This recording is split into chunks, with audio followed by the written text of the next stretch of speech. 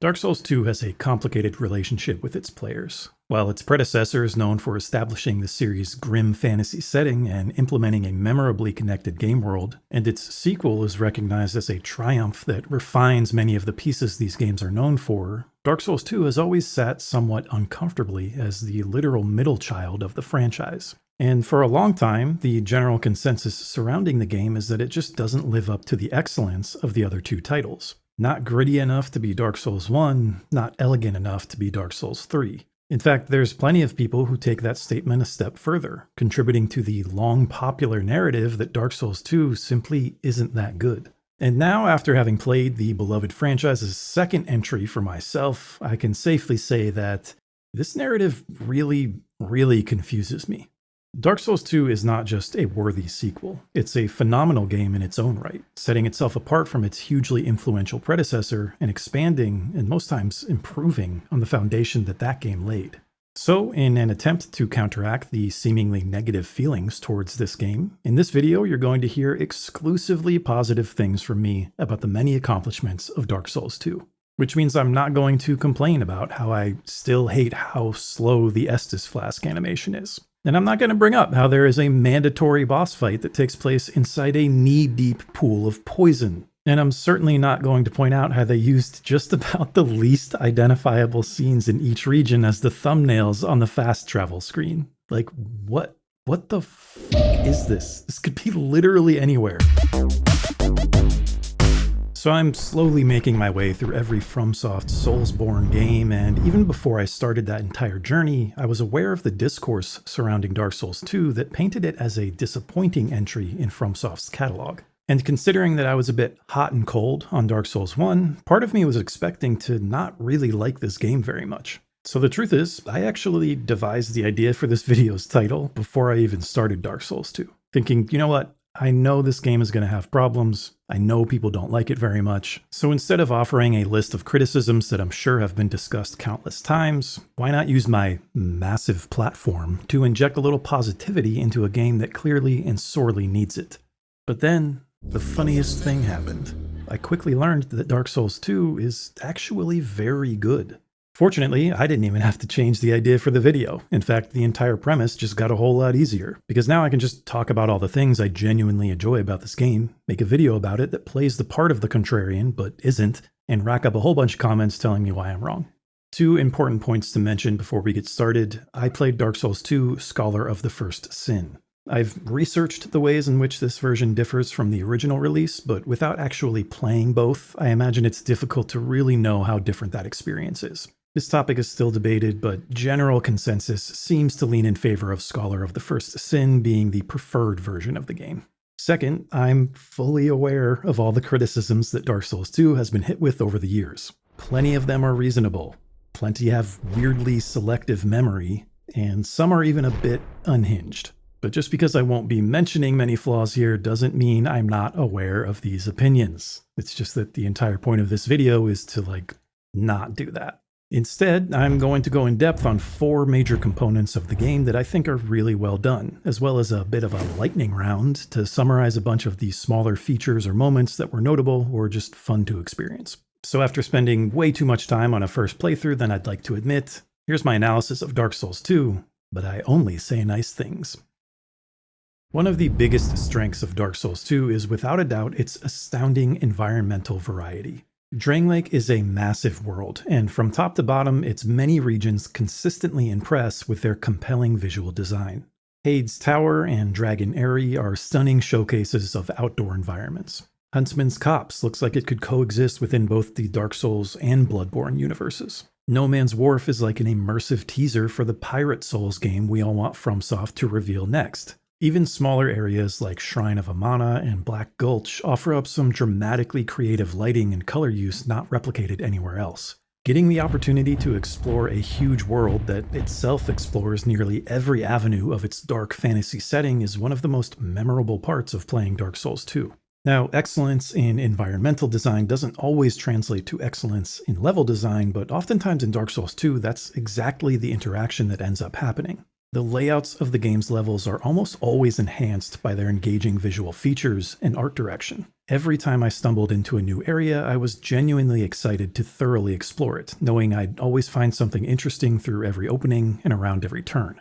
This is something that was largely absent from Dark Souls 1, which features levels that are certainly cleverly designed, but often visually uninspiring. Like, let's be honest, was anyone actually truly excited to explore the Duke's archives? Many areas in Dark Souls 2 invoke direct comparisons to their counterparts in its predecessor, as they oftentimes present themselves as more fully realized versions of what we saw in that game. And while it's easy to make surface-level comparisons based on preferences, I think it's undeniable that in Drangleic, FromSoft was able to create substantially more compelling environments, and many times more densely designed spaces within those environments compared to the more bland biomes found in Lordran. While the world of Dark Souls 2 isn't intertwined in the same way as the original game, that trademark FromSoft style of design is still very much present in individual levels. In fact, the idea that Drangleic's regions don't utilize the same kind of clever, shortcut-focused design is frankly a myth. The reality is that levels in Dark Souls 2 are so varied both aesthetically and structurally, some of them are quite linear, while others are sprawling, interconnected subworlds, and others still are a hybrid of both. In most of its main areas, the level design throughout much of Dark Souls 2 is closer to being somewhere in between the raw foundation established in Dark Souls and the strict templates used in Bloodborne. Couple that with the fact that spaces in levels are overall better aligned to mesh with the desired combat formula, which we'll touch on in a bit, and the result is a series of interesting areas that generally play really well. Dark Souls 2's game world, though largely segmented, is also extremely open to roam freely. There's a constant sense of adventure present throughout your time in Drangleic because you're consistently discovering new areas and pretty much always doing it on your terms. There were so many times I'd be working my way through a region before reaching a soft stopping point like a new bonfire or a boss I just didn't feel like fighting yet. So I'd travel back to Majula to level up, buy some items, or improve my weapons, and then I'd remember, oh yeah, I have that item that can unlock a new path, or oh, I still haven't fallen into that giant hole in the ground yet. So I'd end up wandering off in a new direction and becoming completely engrossed by what I'd continue to uncover before ever returning to the level I had originally been exploring. I also just always felt like I was truly progressing in some way, no matter where I was or what order I was doing things in. In a Souls game, the feeling of progression largely comes from clearing bosses or encounters to unlock the next step on your path. And that happens frequently in Dark Souls 2 thanks to the sheer size of the world. There's just a lot of opportunities to experience this from a numbers perspective. But that feeling is also invoked to varying lesser degrees through small instances of progression, like finding Estus Flask shards or bone dusts, killing waves of smaller foes to build up souls and level up your character, finding new gear or useful consumable items. You just never really feel like you've hit a wall in Dark Souls 2. There are very few instances of a barrier that you have to overcome at that moment before you can keep moving. And I think it's that component of the world design, coupled with the deliberately wide range of environments, that makes Dark Souls 2 feel like much more of an adventure than games like Dark Souls or Bloodborne. And I like that the Dark Souls 1 experience is thematically more about the struggle. I like that Bloodborne feels like being on a mission to unravel a mystery. Each of these games very much has their own identity, and Dark Souls 2 owns what it is just as well as those other games, and I think it deserves a lot of credit for that. Listen, this video is not meant to be a one-to-one comparison of Dark Souls to Dark Souls 2, but there is at least one more component of the game that is so drastically improved from its predecessor that it has to be brought up. And that is the fact that the general playability of Dark Souls 2 is so much smoother. There's a handful of quality of life changes that contribute to this, but there were two main pieces that stuck out to me. One that's commonly recognized, and one that's implemented so seamlessly that it's rarely even talked about. The first is simply the change to the game's dodge roll, which is now omnidirectional compared to the frustratingly limited version in Dark Souls 1. It cannot be overstated, not just how much better this feels, but also how it eliminates all of those instances when you think you dodged to the right, but because you were half a degree off on the control stick, you actually just lunge directly forward into your death. In a game that focuses on mastering a basic control scheme rather than acquiring new ways to dispatch enemies, this simple change also just gives the player more options for maneuvering and setting up attacks in a way that matches their playstyle. After I finished Dark Souls 2, I went back and played a bit of Dark Souls 1, just to see if the roll mechanic really is how I remembered it to be, and Yeah, it is. It's fine. It can work, but it's just so much better in Dark Souls 2. The second improved aspect of playability isn't as talked about, but is just as impactful, and that is that the level design of Dark Souls 2 almost completely abandons combat encounters within tight, confined spaces. Encounters like this were rampant throughout Dark Souls 1, and they typically included things like slapping your weapon against every wall in a cave, or constantly fighting the atrocious camera so your view wasn't blocked half the time, or being swarmed by a group of enemies with no option for escape because the footprint of whatever dark corner you're in simply doesn't allow for it. In Dark Souls 2, truly narrow corridors are almost exclusively used for transitional hallways between two sections of a level. A much greater proportion of combat encounters take place in more generous spaces. Pathways are widened overall. Even areas that are meant to give the impression of being tight or confined, in truth, still offer more room to move compared to similar spaces in Dark Souls 1. In fact, the best parts in that game were when you were given the opportunity to be more strategic about how you tackled encounters, and also when you could actually see what you were doing. Because its level design is more closely aligned with this style of gameplay, Dark Souls 2 is full of such opportunities. The other major piece this design choice impacts is the camera. By removing fights that take place in narrow hallways, caves with low ceilings, and vertical environments stacked on top of one another, etc., the camera in Dark Souls 2 almost automatically transforms into something drastically improved. Like exponentially improved. I genuinely can't believe I don't hear more people talking about this change. It is one of the best parts about this sequel because it allows the player to be able to just play the game without having to constantly fight a jerky, wonky, unreliable camera system. And I imagine maybe the reason that few people mention the camera as an improvement to the gameplay and game flow is the same reason that the more harmonious level design isn't often mentioned as an achievement for Dark Souls 2. They both just feel like the way it's supposed to feel. If a subtle but impactful change is made from one game to the next, and you don't really notice it that much, it's probably because it was designed that way. Alright, before we move on to the next sections of the video, let's take a moment to just run through some random notes I have on several things I just think are cool about this game. I really enjoy the way the torch is used in Dark Souls 2. Several of the darker areas throughout Drangleic contain lanterns scattered about them that you can choose to light if you're carrying a lit torch, and if you didn't extinguish it by doing something like rolling through water or switching to a two-handed weapon stance. Lighting these lanterns is completely optional. It's very possible to find your way through these spaces without doing so, but if you do, it can certainly make your path a little bit easier. And it's always cool to see how different these environments can look with a dramatic change in lighting. Lit torches also persist after you die, which is pretty cool because it's a small, subtle way to show your impact on the world around you. I think Souls games in general should probably utilize more features that are permanently altered as you play rather than just unlocked doors and gates and the like. So the way Dark Souls 2 uses torches feels like a step in the right direction. And in fact, all three of the game's DLC areas are built around spaces that are altered after you interact with their environments in some way. Very cool stuff. I get the criticism behind the mechanic that causes you to lose maximum health each time you die. I don't think this is good. I don't think it's the right call. I don't know how you land on the decision to punish players for dying when your game is literally designed around the process of dying. But since this video is exclusively positive, and because FromSoft fans love to excuse things away for the sake of lore, let me try my hand at that. In a way, the hit to your health bar upon dying does give a bit more meaning to the process of going hollow, as your character gets closer and closer to not being able to recover from the countless deaths they experience. Plus, the human effigy item, though hard to come by in the early stages of the game, is better explained and more efficiently implemented than its humanity counterpart in Dark Souls 1. Now, if FromSoft really had any backbone, they'd allow your health to keep dropping all the way down to 0 before irreversibly turning hollow for good. One thing that FromSoft seemingly has a stranglehold on is nailing the process of writing casts of creepy, intriguing, hard-to-read NPCs, and Dark Souls 2 absolutely continues that trend. Every Dark Souls NPC is always weird in their own way. Characters you think you can trust will ultimately end up dropping a line that suddenly makes them sound very much untrustworthy. The maniacal laughs so many of them finish their dialogue with are so close to being overused, but because they're all so well acted and character specific, I literally never get tired of them. Seriously, so many Souls imitators are out there writing real characters with real dialogue and conversations, and it's like, no, just give us more obscure weirdos who are actively going crazy like FromSoft games do.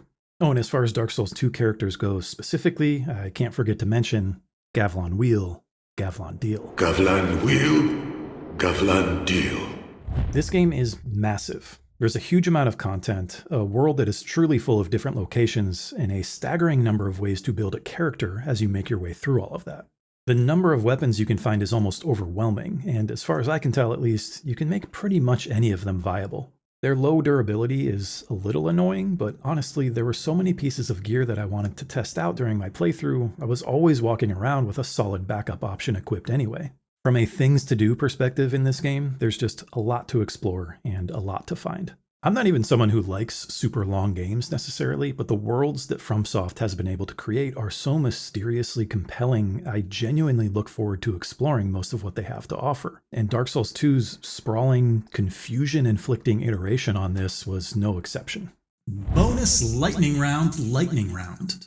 I kind of like the first boss. It's sort of boring and it's kind of easy, but you know what? The beginning areas of this game can be pretty brutal, so I don't mind just getting handed an easy win to kick things off. Unless, of course, you consider this the first boss, in which case, he beat me good. I have absolutely no problem with the narrative being completely separate from the original Dark Souls, and in fact, I think that's the way it should be. Let the mystery of Dark Souls stay contained within Dark Souls. Let the tragedy of Dark Souls 2 be its own thing.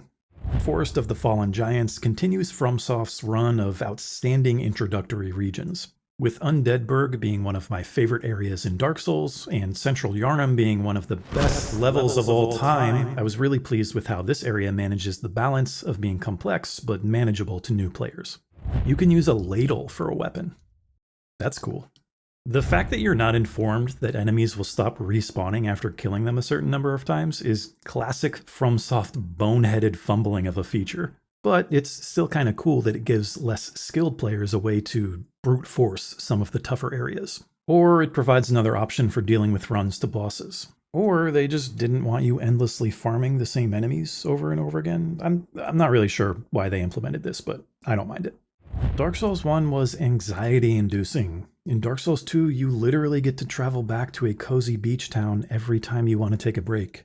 My torch ran out very early into my first attempt through the gutter, but I somehow managed to make it all the way to the second bonfire without any source of light. This is not a flex. I died quite literally immediately after that bonfire, but it was super satisfying getting there, and I think it's cool that Dark Souls 2 has a handful of scenarios similar to this one.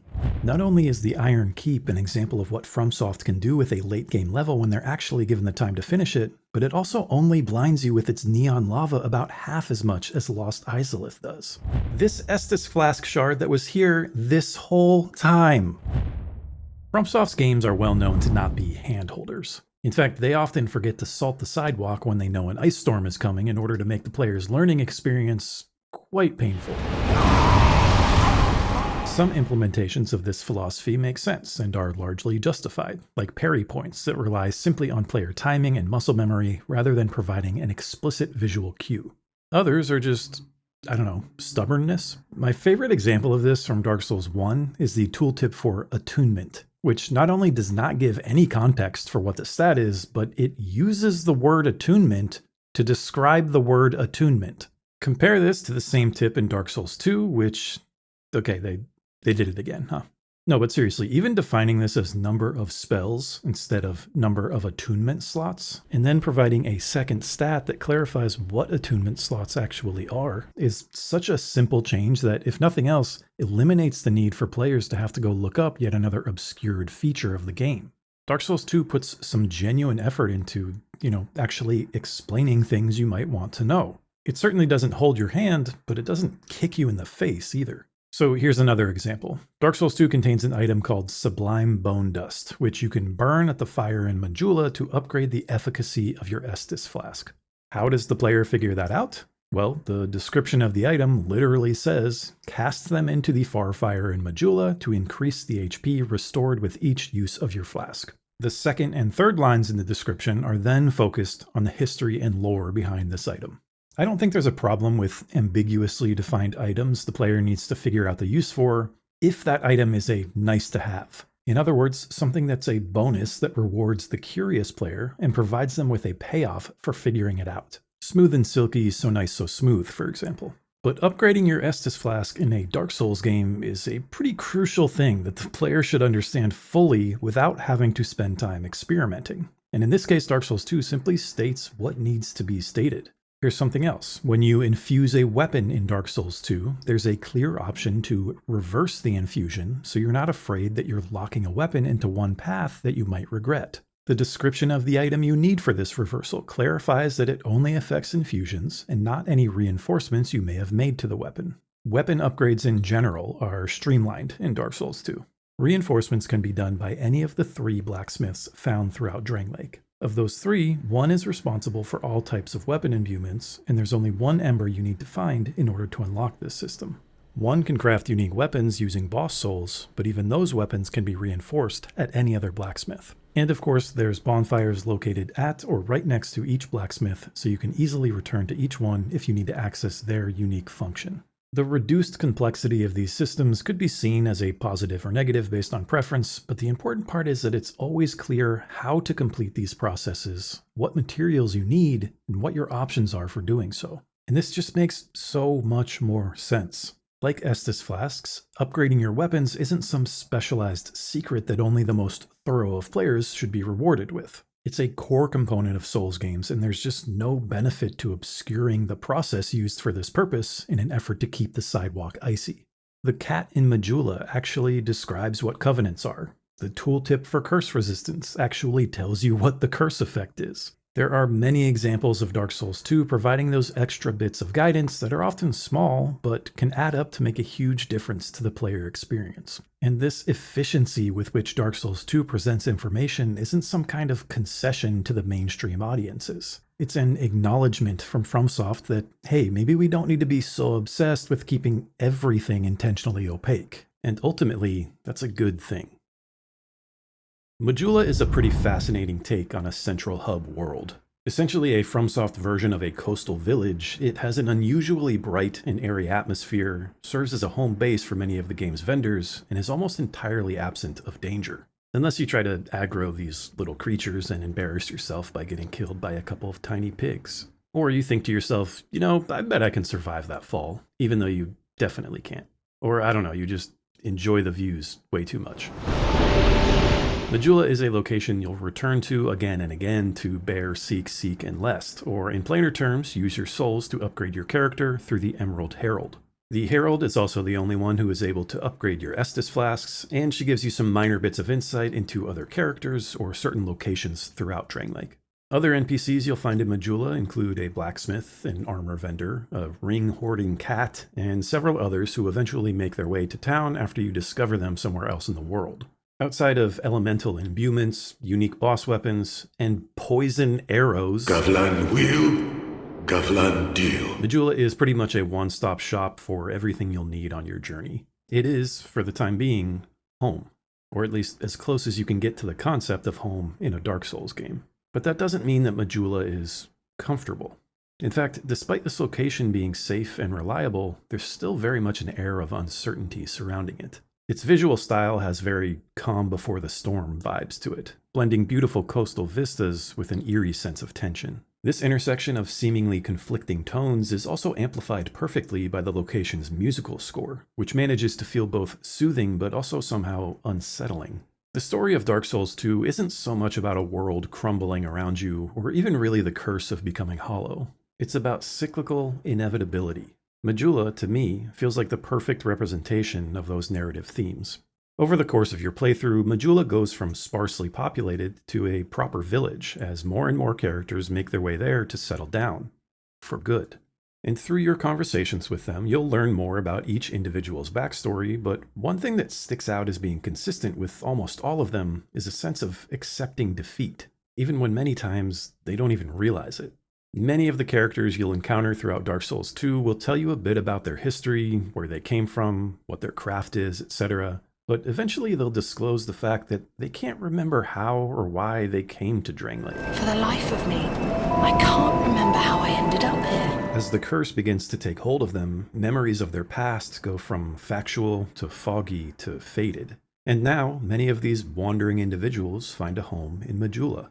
There's a sense that they've been drawn to this place, not out of their own free will, but because the world of Drangleic pulled them in like a magnet for lost souls. It seems to fulfill something very precious, deep within the soul.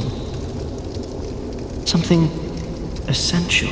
And if the greater context behind the history of this world is any indication, it's likely this is not the first group of people who have gathered in Majula without really knowing why.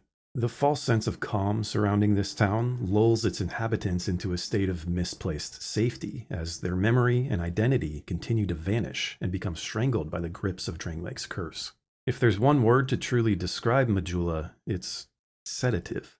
And at first, the player sees that as a nice thing. In the early game, this area can be peaceful and a welcome respite from the unrelenting challenges you face all around you. But eventually, that word takes on a different meaning, as its community unknowingly slides into its comforting grasps, if anything, giving them a more placid descent into their inevitable fate. And if sedative is the word that best describes Majula, denizens is the word that best describes the people who end up there. Because the now common definition of that word describes inhabitants or occupants of a particular place, which on the surface of course makes sense. But more specifically, this word refers to people or things that have become naturalized to a new place or a new condition. Home. Home? Where is home? So yeah, Majula is technically the liveliest location in Dark Souls 2. It has a lot of utility as far as what it gives the player access to, and it's certainly very nice to look at. But it also is just as bleak and just as heartbreaking as any other area you'll encounter in the world of Drangleic. In fact, despite growing in population as your time in the game goes on, it's probably one of the loneliest places FromSoft has ever created. Okay, things are getting pretty heavy here. Have I mentioned the ladle?